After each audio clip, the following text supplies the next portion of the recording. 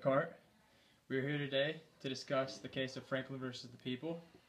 The people have accused Mr. Franklin of acting selfishly in his public works. The plaintiff, represented by Mr. Tyler Will describe events where Franklin acted selfishly, while the defendant, Mr. Alex Ulrich, will express Franklin's purpose for his works as being for the greater good of society. We will now hear the plaintiff's accusations.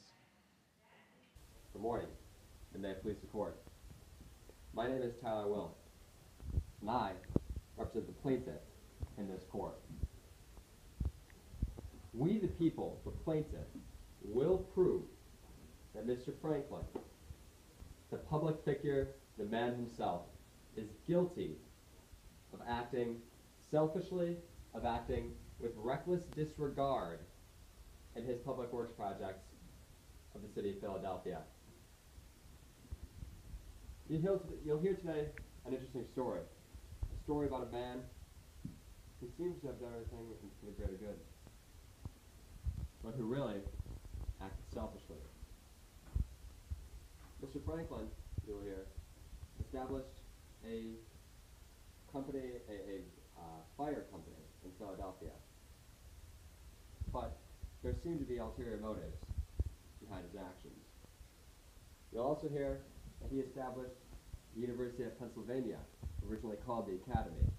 But it seems like Mr. Franklin is acting money. Finally, you'll hear how Mr. Franklin published two papers, Proj's Almanac and the Pennsylvania Gazette. Mr. Franklin might have published his papers anonymously and might have published them to educate the common person. But he also might have done them because at their peak they accounted for 50% of his income and were printed on his own presses. You will hear by the end of this case how Mr. Franklin, and exactly how Mr. Franklin, acted selfishly. Your Honor, we hope that you side with the plaintiff in this case.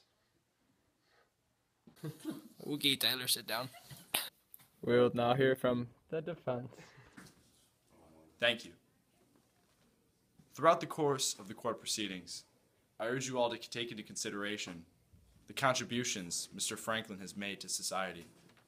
The next time you stumble across a raging house fire, need to approximate the date for which you must plant your crops, or wish to sweep off the streets after a rowdy St. Patrick's Day parade.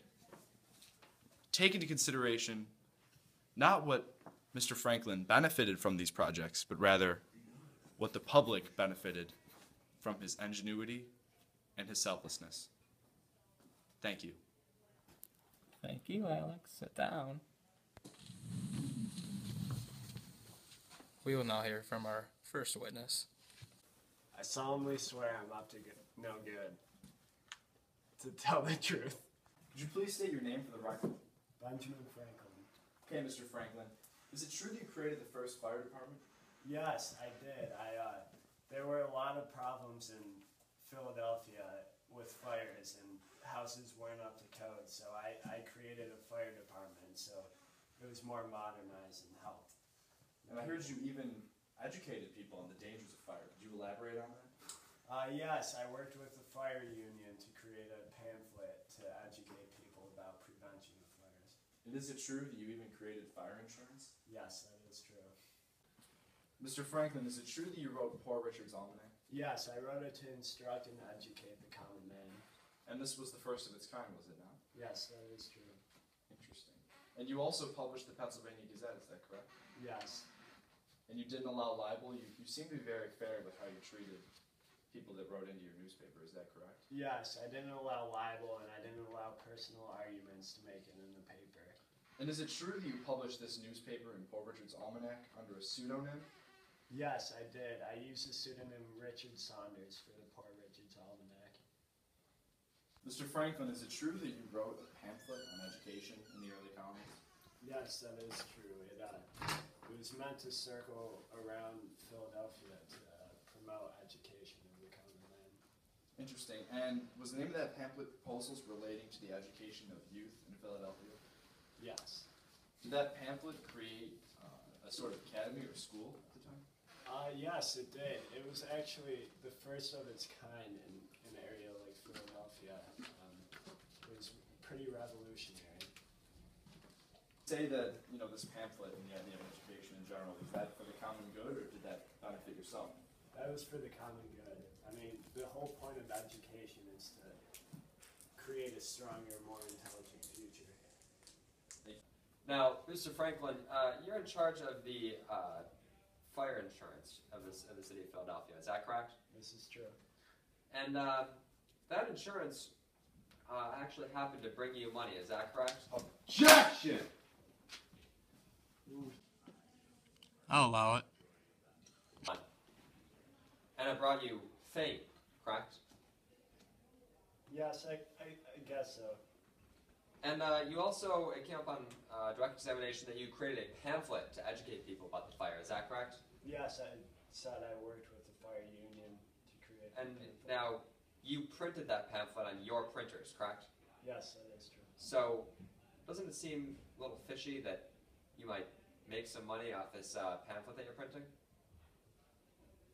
That's for the people to decide. Now, considering that you've printed that pamphlet on your printers, wouldn't you think that, it might be beneficial to you that you'd make a little bit of money off this whole fire thing? Objection! Stop badgering my client. Overruled. Now, you are the author of Poor Richard's Almanac, correct? Yes, this is true. And also the Pennsylvania Gazette, correct? This is true as well. And you ostensibly printed these materials to instruct the common people, is that correct? Define ostensibly. Allegedly. Yes, this is true. Very well. I thought you were more educated than that, Mr. Franklin. But I move on. Anyway, Read my these book. together accounted for nearly half your income, is that correct? Yes, that's, So you had some monetary interest in printing these, these books and productions were made for the people. They weren't made for but they did the account. money. They did the money account. was a side thing. I'll It move was on. for the people. Now you are also the Postmaster General, is that correct? This is true. And did you ever use that position to perhaps mail the Gazette or push the Gazette out? Well, the Gazette being a publication that you mail to people, yes, I was in charge of that. So you used some of your public works positions. Keep it. Come keep rolling, on. Keep rolling. Keep rolling. Keep rolling. We're gonna roll with it. Whose man's is this? Who's man? Order in the court. Furthermore, you used multiple public positions for your own benefit, correct? No, I was following my job description. Now, it is my understanding that you helped to form the Academy, which is centered to become the University of Pennsylvania. Is that correct? Yes, this is true. Now, you mailed out a pamphlet to a number of wealthy people regarding this academy, correct? Yes, this is true. So, were you perhaps trying to increase your reputation for these people? No, I was not. I was making the pamphlets to promote education. It seems awful fishy, Mr. Franklin. Why is that? Do you have a pretty girlfriend? Objection! Relevancy. I'll allow it. The plaintiff calls Mr. Justin Zwick, an average Philadelphia citizen, to the stand.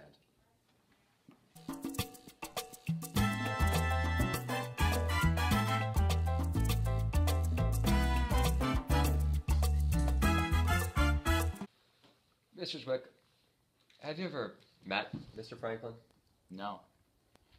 In fact, have you ever benefited from any of Mr. Franklin's public works projects? Definitely not. So you've never benefited from his fire company? Not at all. You've never benefited from his fire insurance? No. Did you ever attend the academy, which later became the University of Pennsylvania? No. Just to get this straight, you never benefited from the fire department, you never benefited from the academy. You never benefited from the almanac. Did you benefit from the street sweepers? None of the above. Wow. So, you didn't know Mr. Franklin personally, but have you heard rumors about him? I've heard tons. Does he seem like the kind of guy that would do this, maybe motivated by profit? Yes. Does he seem like the kind of guy that would do this motivated by fame? Maybe. No further questions, Your Honor. So just to get this straight, you've never seen a fire before? Not once in my life. And you didn't understand that the academy was actually the precursor to many of the educational institutions, such as your alma mater in Penn State. Of course not. So what you're telling me is you don't know Ben Franklin. You barely know anything about his inventions, and yet you dare to sit on this stand and say that you didn't benefit from anything that he did? Yes. JK. No further questions, Your Honor. Thank you. Now further closing argument by the prosecution.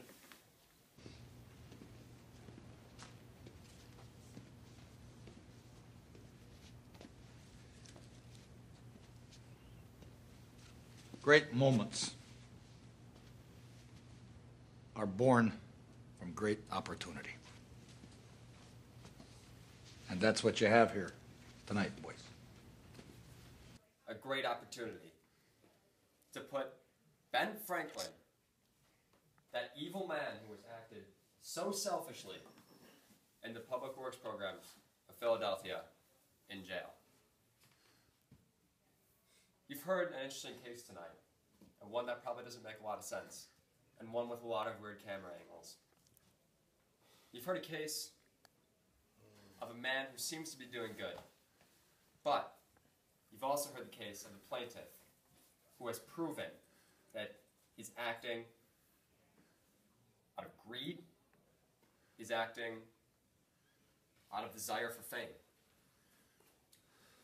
Ben Franklin presents himself as a man who created fire departments for Philadelphia, who created street sweepers, who created the academy, who wrote the Pennsylvania Gazette to educate the common person, who wrote the Proj Almanac to get in touch with the common person.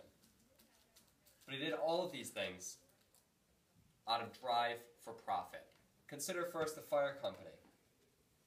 Mr. Franklin sent out pamphlets to only elite people for his fire company.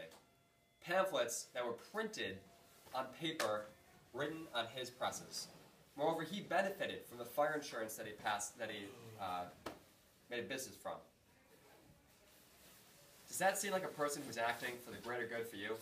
I don't think so. Now for a closing argument by the defense.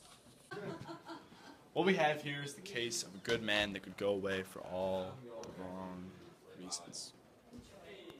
Ben Franklin, a founding father, a man of great ingenuity, great wisdom, great imagination. He brought these imaginations to life, whether it was through the fire department, the academy, fire insurance, catheters. Ben Franklin consistently gave to society great inventions and great public works. In these court proceedings, we have heard from uneducated witnesses, Ben Franklin himself, and Tyler Will, my opponent, who I believe has been incorrect all along. It is my hope that the judge and the people in this case realize Ben Franklin's great selflessness and ingenuity, that they see beyond his profit and rather look at what he contributed to American colonial society. In fact, what he contributed transcends time. It exists today and can be found everywhere in American society. I urge you, please, understand the great things Ben Franklin has done for our country. And I ask, do you find this man not guilty? Thank you. Order of the court. It's come to my decision, Judge Matthew Tobias, that both sides did have very appropriate arguments, but in the end, me, Matthew Tobias, I've decided to leave the decision up to the people. America. And I can take you for a ride on my big green tractor. We can go slow or make it go faster, down through the woods and out to the pasture. Long as I'm with you,